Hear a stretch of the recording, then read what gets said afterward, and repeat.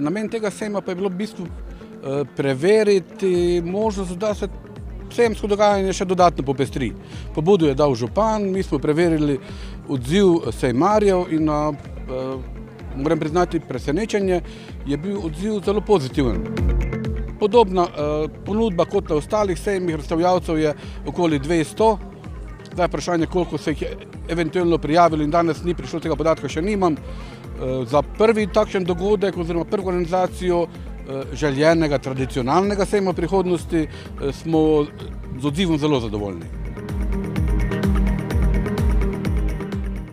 V glavnem pridemo mi Ribničani s to našo robo, zdaj tole sicer prvi pot, ampak smo rekli, če se organizatorka potrudila, da bo ona to organizirala, se bomo tudi mi potrudili, pa bomo videli, ali bo kaj ali ne bo nič.